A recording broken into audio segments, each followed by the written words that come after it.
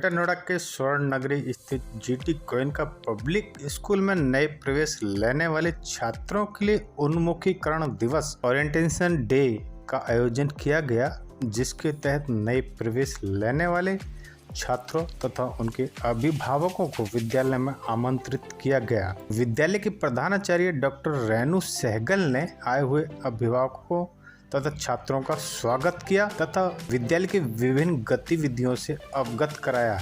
इस मौके पर छात्रों द्वारा बनाई गई पेंटिंग का भी प्रदर्शन किया गया। ड्राइंग टीचर नीतू प्रकाश ने पेंटिंग के बारे में खास जानकारी दी। She has guided us in every step of the way and helped us spread our wings so we could excel in our endeavor. Thank you, ma'am, and welcome. The first day of your reporting to school. Basically, the aim of orientation day is that we make you apprise with your concerned teachers the systems of the schools, rules and regulations of the school. As we know that our government has introduced NEP to 2020, that is National Education Policy 2020, and as per that, the child is a very, very unique individual, and every child is unique in its own way, in their own way. So we all have to treat individually the child in a very, very special way. So our policy is now child-centric. But for your information, GD Goenka as a brand, we have been following this policy for the past 10 years. We were child-centric 10 years ago, and we are child today also. These 3 years as pre-nursery, nursery and KG. In some schools it is prep, lower nursery, lower KG, upper KG. So do not go with the names. Just think if your child is 3+ and has taken admission in grade 3, then after completing 3 years of school education, child will come in grade 1 after 3 years.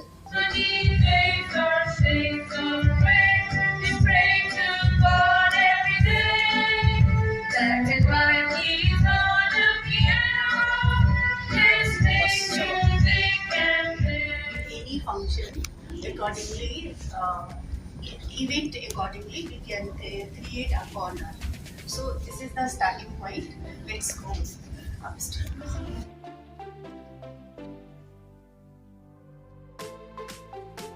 Neetu Prakash ji, आप GT Goenka में drawing की teacher हैं और आपने ये खूबसूरत एक painting का एक पंडाल बनाया है। क्या खासियत है, थोड़ा बताइए इसके बारे में। ये पेंटिंग वाटर कलर शीट पर बनी है और इसमें हमने डिफरेंट टेक्निक यूज किया है। इसमें डिफरेंट आर्ट स्टाइल है, जैसे कि आप देख रहे हैं इसमें क्राफ्ट वर्क भी किया गया है और इसमें पेंटिंग भी की गई है। ये पोर्ट्रेट है पूरा, और ये हमारा मिनिएचर पेंटिंग है। मिनिएचर दुर्गा जी को बनाया गया है, मिनिएचर आर्ट है। और ये हमने क्राफ्ट वर्क के अंदर इनको डिस्प्ले किया है, सो इसकी वजह से यूनिक हो जाते हैं। ये बराबर में जो है स्टूडेंट, यहाँ पर ये डूडल आर्ट है। डूडल आर्ट में हमारी क्लास के बच्चों ने ये इसको इंडिया डिस्प्ले किया है। यहाँ पर इन्होंने टॉयलेट रोल यूज किया है, इससे पेन पेंसिल होल्डर बनाया। स्ट्रॉ यूज किया, स्ट्रॉ से इन्होंने वास बनाया। ऐसे ही क्विलिंग है, this is paper work wall quilling, इससे इन्होंने डेकोरेशन किया है। न्यूज़पेपर से ये वास तैयार किया गया है, ओल्ड न्यूज़पेपर से। इसी तरीके से कलरफुल डोरिया कलेक्ट करके और किसी भी डब्बे को इस तरीके से डेकोरेट किया गया है। ये हमारे बच्चे करते हैं स्कूल में। ये अर्थन पॉट है, इस पर उन्होंने ड्राइंग बनाई है, सीनरी दिखाई है।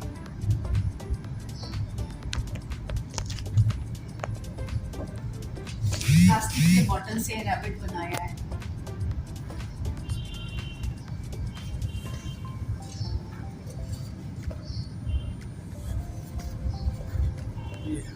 ये न्यूज़पेपर है, न्यूज़पेपर क्या बोलते हैं इसे? फ्लावर सीखा है। पेन पेंसिल होल्डर बोल सकते हैं, वास बोल सकते हैं, आप इसको डिफरेंट यूज कर सकते हैं। बच्चा अपनी टेबल पे रख इसको सकता क्या है। बोलेंगे? और ये फ्लावर्स बनाए हैं।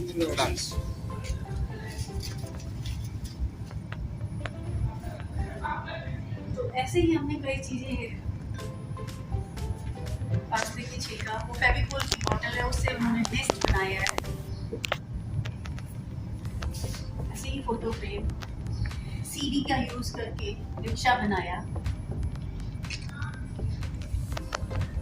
अभी अर्थ डे पर हमारे बच्चे कुल्हड़ और कोई मटकी या कोई ऐसे चीजें यूज करते हैं, इसको कलर करके ये डेकोरेशन के लिए इस्तेमाल करने के लिए हमने प्रेरित किया करते हैं। साथ ही साथ ये देखिए उन्होंने ये प्लास्टिक के बॉटल से इतनी जो वेस्ट आउट ऑफ वेस्ट है, रिसाइकिल किया जा सकता है प्लास्टिक की चीज़ों को ऐसे इस्तेमाल करके। प्रदर्शन ये किया है जी.डी. गोयनका के बच्चों ने। ये आपने हमारा दिखाया है, इस तरीके से ये वास डेकोरेशन कर सकते हैं। साथ में प्लास्टर ऑफ पेरिस का इस्तेमाल करके वास बनाया गया है। और ये जो कपड़ा है, दिस इज डस्टर वाला कपड़ा यूज करके वास बच्चों ने क्रिएट किया है। कंपटीशन होता है, उसमें फर्स्ट सेकेंड थर्ड पोजीशंस बच्चे लेते रहते हैं। बहुत सारे स्कूल हमारे पार्टिसिपेट करते हैं। हम बाहर के स्कूलों को बुलाते हैं। ये वर्डली आर्ट बच्चों ने बनाई है। क्या टिप्स देना चाहती हैं बच्चों को ड्राइंग और पेंटिंग के क्षेत्र में? क्या कुछ नया टिप्स देना चाहती हैं जो आज का दौर चल रहा है? आज के दौर में मैं यही कहूँगी उनसे कि अपनी क्रिएटिविटी को बढ़ाएं, इनोवेटिव स्किल्स रखें।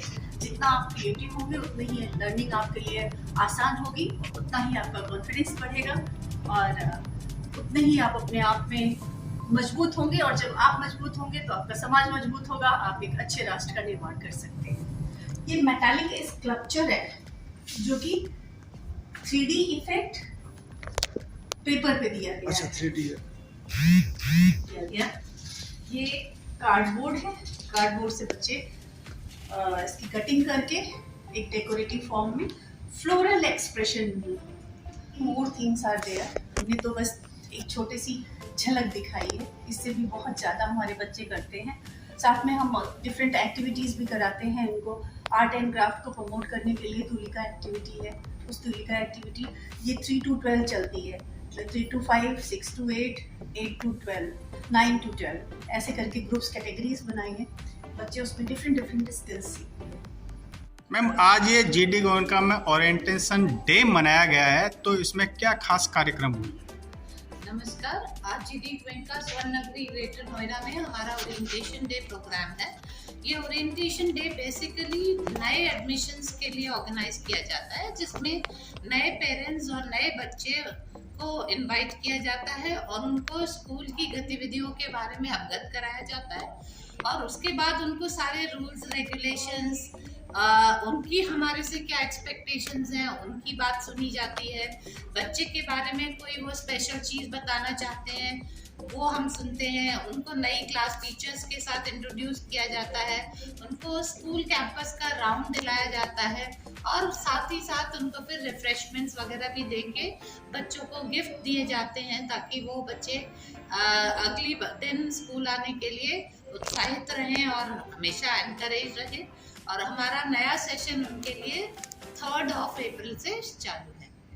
मैम, ये सेशन में जी.डी. गोयनका की क्या खास उपलब्धि रही और नए सेशन में क्या नया करना चाहते हैं? देखिए, इस सेशन में तो मेन उपलब्धि तो हमारी ये रही कि हमारा एक बच्चा तेजस्वा श्रीवास्तव जो क्लास 12 इस साल जो दे रहा है बोर्ड में, उसने IIT JEE मेंस क्लियर कर लिया है। और एक बच्चा हमारा दक्ष मैनी जो जॉर्जिया टेक यूनिवर्सिटी है USA में, वहाँ उसका सिलेक्शन हो गया। और एक और बच्चा है स्पर्श त्यागी, उसका एक म्यूनिक यूनिवर्सिटी में सिलेक्शन हो गया है जर्मनी में। बाकी बच्चे बहुत अलग अलग जगह पे उन्होंने फॉर्म भराए जा रहे हैं। और पिछले साल हम लोगों ने हर कोशिश की थी कि हर बच्चा जो है माइक पर आ सके, स्टेज पे आ सके और उसके अंदर कॉन्फिडेंस हो, ताकि वो एक रिस्पॉन्सिबल नागरिक बन सके इस देश का। अब आने वाले समय में क्योंकि हमारी नई एजुकेशन पॉलिसी 2020 आ गई है, तो वो इस साल हम लोगों ने इम्प्लीमेंट करी है। हालांकि जीडी गोयनका में ये पॉलिसी बहुत सालों से चल रही थी, लेकिन क्योंकि अब गवर्नमेंट ने इम्प्लीमेंट करी है पिछले 2 सालों से, इस साल उसके ऊपर स्ट्रिक्टली काम हो रहा है, जिसमें कि ये विचारधारा है कि हर बच्चा एक यूनिक बच्चा है और उसकी एक इंडिविजुअल आइडेंटिटी है जिसको हमें तराश कर आगे बढ़ाना है। तो अंत में मैं यही कहूँगी कि हम गीली मिट्टी को आकार देने की कोशिश करते हैं। विद्या तो सभी देते हैं, लेकिन हम संस्कार देने की कोशिश करते हैं। मैम, ये नई एजुकेशन पॉलिसी से क्या चुनौतियां मान रहे हैं, क्या कुछ आसानी होगी?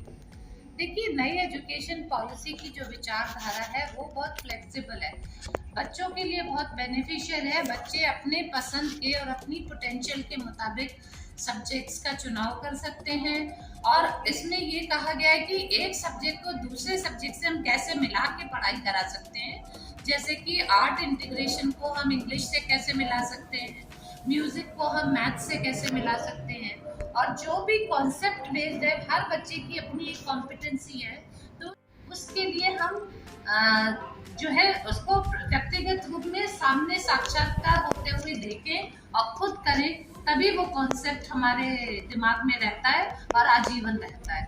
तो कॉन्सेप्ट बेस्ड लर्निंग जो है इसकी मेन धारा है, जिसको हम एक्सपीरियंशियल लर्निंग भी बोलेंगे और कॉम्पिटेंसी बेस्ड लर्निंग।